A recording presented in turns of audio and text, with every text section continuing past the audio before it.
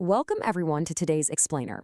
I want you to just take a second, settle in, and think about a message we've literally all heard 1,000 times. We hear it from our parents, our teachers, from society as a whole. Maybe you've even whispered it to yourself in a sheer panic during a late-night coffee-fueled cram session before midterms. Studying hard, get good marks. It's incredibly familiar, isn't it? It's drummed into us from the very beginning, almost like a default setting for our lives. But today, we're going to pause and look a little closer at that familiar message. Okay, let's dive into this. It's a fundamental question, but here is the fascinating thing. Very few people ever stop to explain the real why behind our education. We're told exactly what to do, what to memorize, what to highlight in bright yellow, but the actual foundational reason why we spend hours poring over textbooks is almost entirely left out of the conversation. So, why are we really doing this?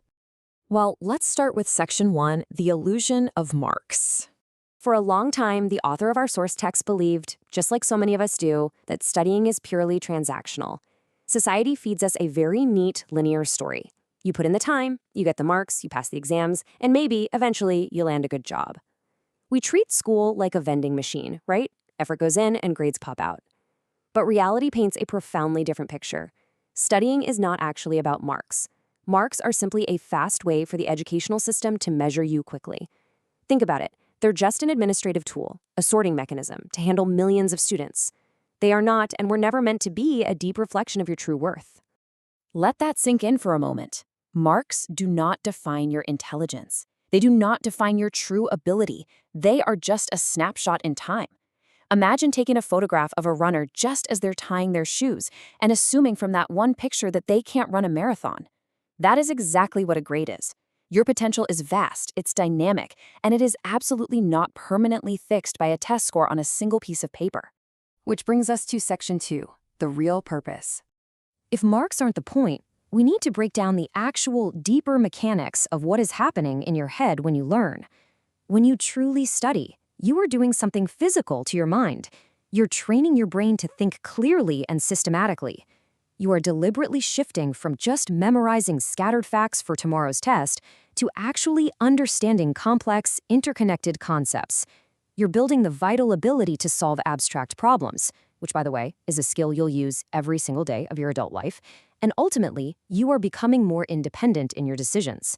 When you know how to analyze information, you don't have to rely on others to tell you what to think. This is the real heavy lifting of mental growth. So the absolutely crucial point is right here. It's not just about learning subjects, it's about learning how to learn. The actual subject matter, whether that's advanced calculus, medieval world history, or basic chemistry, is almost secondary. Those subjects, they're basically just the dumbbells at the gym. What really matters is the underlying mental framework you are building. You're learning how to focus, how to dissect a difficult problem, and how to absorb new information.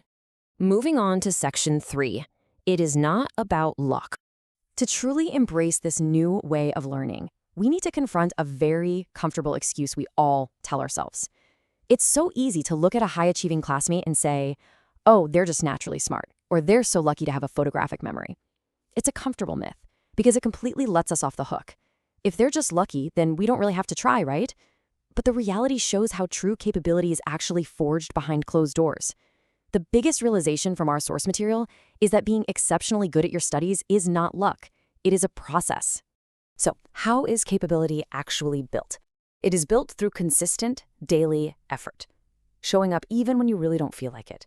It's built through a genuine curiosity about how the world works, asking questions rather than just blindly accepting answers.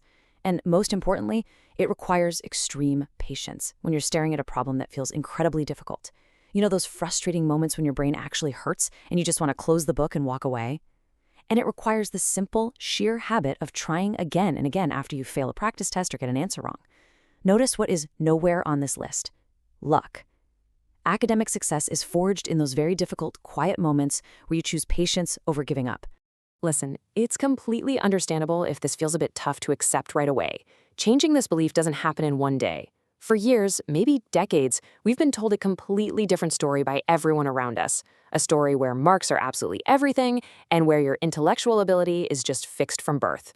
Unlearning years of that deep conditioning takes genuine time, patience, and a whole lot of grace with yourself.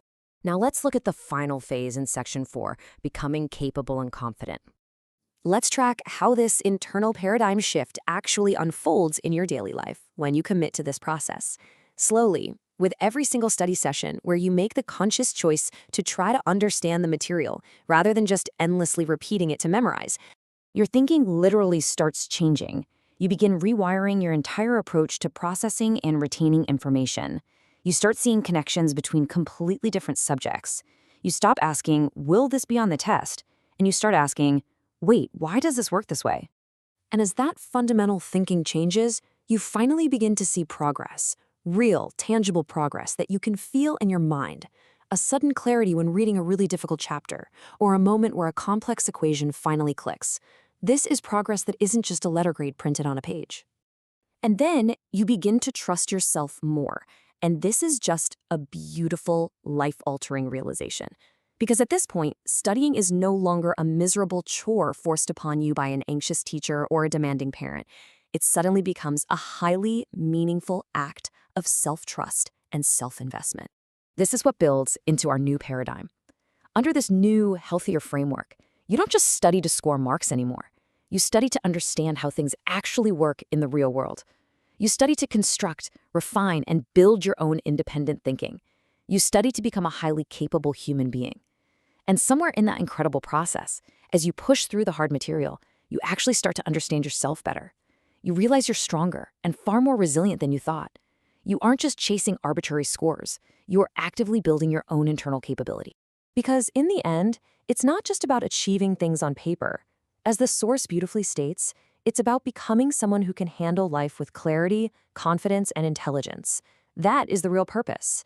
The math problem, the essay, the science project, they are all just training grounds. True studying is nothing less than preparation for life itself. So I want to leave you with this final thought. Ask yourself this fundamental question today. Look closely at your daily habits. Look at your honest motives the next time you sit down at your desk and open your laptop. What are you really studying for? Thank you for exploring this with me. Keep learning and keep growing.